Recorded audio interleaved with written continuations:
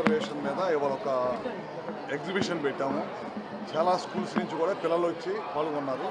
మీ అందరికీ తెలియదు కాదు, ఆంధ్రప్రదేశ్ కూడా ఈ సంవత్సరం ఎనర్జీని సేవ్ చేయడంలో ఈ సంవత్సరం చాలా అవార్డులు తీసుకున్నాం అనమాట. ముఖ్యమంత్రి గారు కూటమి ప్రభుత్వం అధికారంలోకి వచ్చిన తర్వాత ముఖ్యంగా ప్రత్యేకమైన దృష్టి పెట్టి ఒకసారి కేంద్ర మంత్రి గారు కూడా రావడం జరిగింది.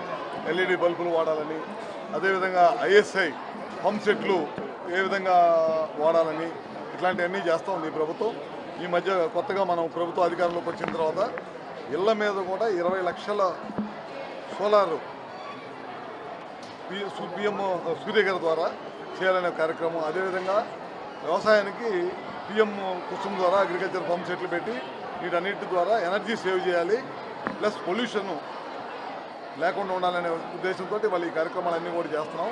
వాళ్ళు చాలా పెద్ద ఎత్తున స్కూల్స్ నుంచి వచ్చి పిల్లలు కూడా పార్టిసిపేట్ చేశారు. నేను, సీఎండీ గారు, మన ఎమ్మెల్యేస్ అందరం కూడా వచ్చి పిల్లలతోటి దాదాపు గంట నుంచి వాళ్ళతో స్పెండ్ చేసి వాళ్ళు చేసిన కార్యక్రమాలు అన్నీ కూడా చూసి ఏ విధంగా చేశారని చూసి వాళ్ళు కూడా చాలా బ్రహ్మాండం చేశారు. 8th క్లాస్ 9th క్లాస్ చదువుతున్న పిల్లలు కూడా ఎనర్జీ సేవింగ్ మీద అవగాహన పెరగడం అనేది చాలా సంతోషకరమైన విషయం. ఇట్లాంటి అన్ని చోట్ల జరగాలి, అన్ని స్కూల్స్లో కూడా మరింత ఎక్కువగా జరగాలని చెప్పి కోరుకుంటాము. కంపెనీలు ఎవరు కొనసాగుతూ ఉన్నారు, చాలా పారదర్శకంగా 5 స్టార్ ట్రాన్స్ఫార్మర్లు నాణ్యతతో కూడినవి మాత్రమే ఈ ప్రభుత్వం కొనుగోలు చేసి అట్లా ఎనర్జీని కొనుగోలు చేసి బయట నుంచి కొనుగోలు చేసి విపరీతమైన భారం వేశారు. మేము ఎక్కడ కూడా ఎనర్జీని కొనుగోలు విపరీతంగా తగ్గించి మనకున్న వాటిలో మనకున్న హైడల్ కానీ, మనకున్న థర్మల్ కానీ, అదేవిధంగా మనకున్న సోలార్ని కానీ, మనకున్న సిస్టమ్స్ అన్నింటిని కూడా ఇంప్రూవ్ చేసుకుంటా పవర్ని ప్రజల మీద ఎక్కువ భారం పడకుండా చేయాలనేది ఈ ప్రభుత్వ ఉద్దేశం.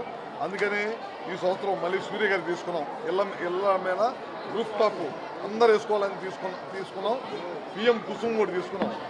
11 kV సబ్స్టేషన్ దగ్గర, 33 kV 11 kV లైన్స్ దగ్గర, 33 kV సబ్స్టేషన్స్ దగ్గర పిఎం కుసుమ్ పెట్టి తద్వారా పవర్ లాసెస్ తగ్గించేసి ఎక్కువ నాణ్యమైన పవర్ ఇవ్వాలనేదే ఈ ప్రభుత్వ ఉద్దేశం.